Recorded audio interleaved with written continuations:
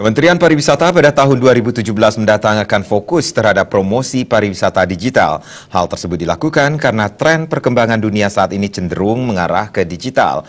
Promosi digital mendongkrak jumlah kunjungan wisatawan ke Indonesia. Deputi Pengembangan Pemasaran Pariwisata Mancanegara Profesor Gede Pitana mengatakan, Kementerian Pariwisata pada tahun 2017 mendatang akan fokus terhadap promosi pariwisata dengan porsi 50% pada media digital. Profesor Gede Pitana mengatakan, pariwisata Indonesia saatnya go digital karena memang digital menjadi tren dewasa ini. Jika tidak mengikuti promosi digital ini, pariwisata Indonesia akan ketinggalan dan tidak mampu bersaing dengan negara lain dalam promosi pariwisata. Berdasarkan studi yang dilakukan di Kementerian Pariwisata, hampir 70% orang yang melakukan perjalanan wisata mencari informasi di media digital baik handphone, komputer tablet, dan laptop.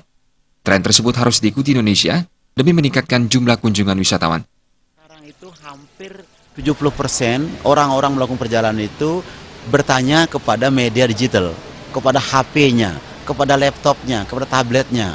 Nah, tren seperti ini apalagi untuk generasi milenial dan generasi Y maupun generasi Z itu harus tertangkap.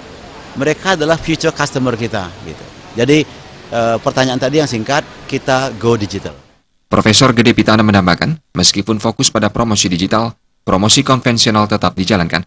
Dalam pariwisata, offline dan online harus disandingkan.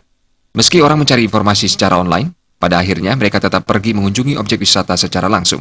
Setelah mengabadikan kunjungannya melalui foto-foto, wisatawan dapat membantu promosi karena mereka kerap mengunggah foto-foto wisata mereka ke media sosial.